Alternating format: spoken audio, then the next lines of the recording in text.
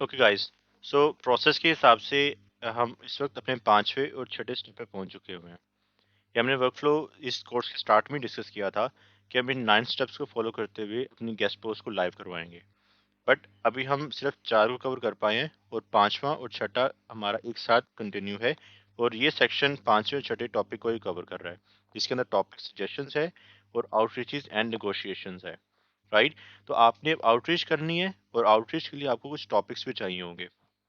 ये टॉपिक्स आपको खुद से बनाने पड़ते हैं, बट फॉर्चुनेटली हमारे पास चैट जीपीटी है।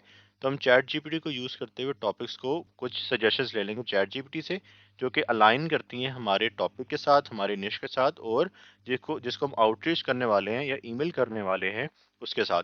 सो सभी के लिए कलेक्टिवली ये सारी चीज़ अच्छी होने वाली है, हमारे लिए भी और हमारे वेब मास्टर्स के लिए भी जिन्होंने हमें लिंक देना है।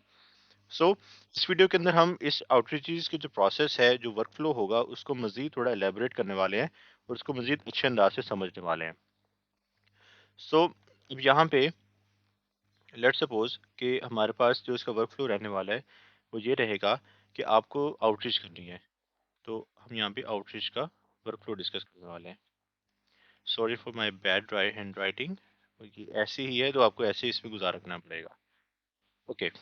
सो आपको आउटरीच करनी है, तो आउटरीच के लिए सबसे पहली चीज थी आपने इंफॉर्मेशन को फाइंड आउट कर लिया। कूल। अब सबसे पहले आपको एक कोल्ड ईमेल लिखनी पड़ेगी। कोल्ड ईमेल आउटरीच आपको करनी पड़ेगी। अब ये कोल्ड ईमेल क्या है?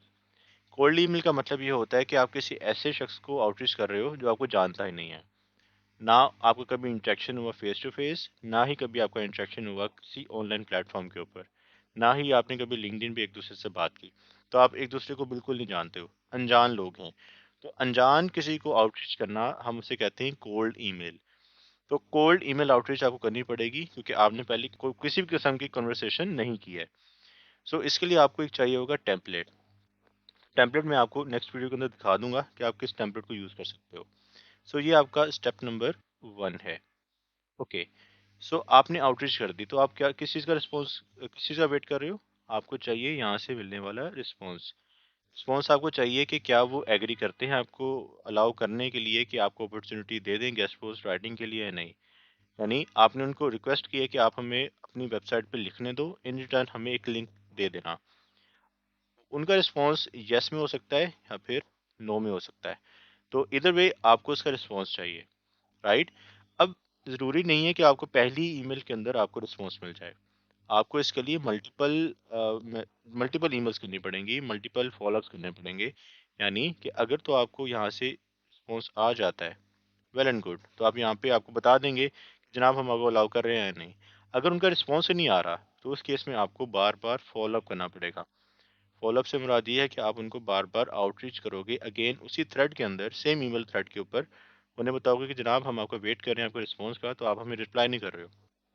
तो आप तब तक रिप्लाई करते जाओगे एक स्केड्यूल के मुताबिक, या हर दूसरे दिन, हर तीसरे दिन, या मे बी हर वीक के अंदर आप उनको मैसेज करोगे ताकि आपको इसका फॉलोअप का रिस्पॉन्स आ जाए। तो आपको रिस्पॉन्स चाहिए। कोल्ड आउटरीच का मकसद तब पूरा हो जाएगा। रिस्पॉन्स आ गया तो मतलब इसका मकसद पूरा हो गया।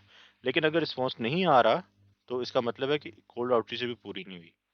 कोल्ड आउटरीच के अंदर रिस्पॉन्स आ जाए और उसके अंदर बोले कि मैं आपको लिंक अलाउ नहीं करूंगा या आपको आर्टिकल नहीं लिखूंगा, तब भी कोल्ड आउटरीच का मकसद पूरा हो गया, क्योंकि हमारा मकसद यहाँ से रिस्पॉन्स लेना था।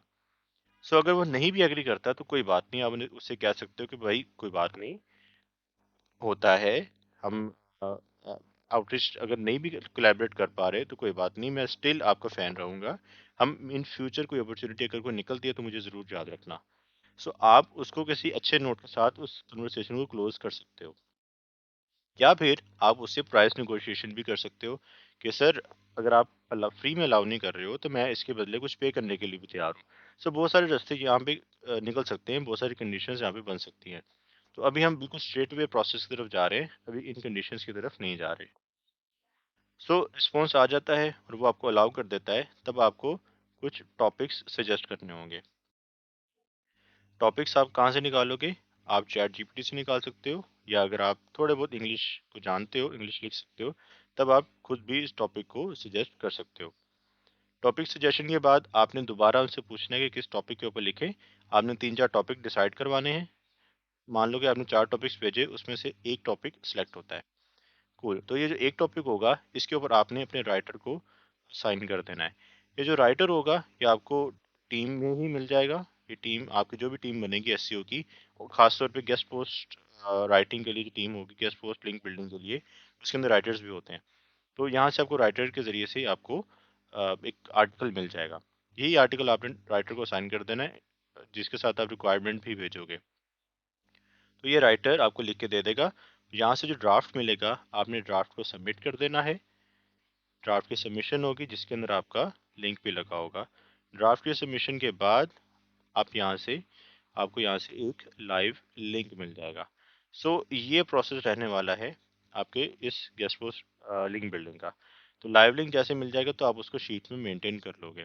सो ज़्यादातर लोग जो अटकते हैं, वो इस प्रोसेस में अटक जाते हैं कि वो आउटरीच ठीक से नहीं कर पाते। और उसके बाद जो टॉपिक सजेशन है, अगर आपका टॉपिक जानदार नहीं होगा तो आपको कभी भी कोई ऐसा रिस्पॉन्स नहीं मिलने वाला हाँ के अंदर। सो आपका टॉपिक जानदार होना चाहिए और ईमेल जानदार होनी चाहिए। सो ये दोनों काम हम चैट जीपीटी के जरिए से करने वाले हैं, ताकि आपका जो टाइम है वो बच सके और आपको किसी पे भी डिपेंडेंट ना होना पड़े। सो हम नेक्स्ट वीडियो से कुछ टेम्पलेट को डिस्कस करेंगे और साथ चैट जीपीटी को भी डिस्कस करेंगे।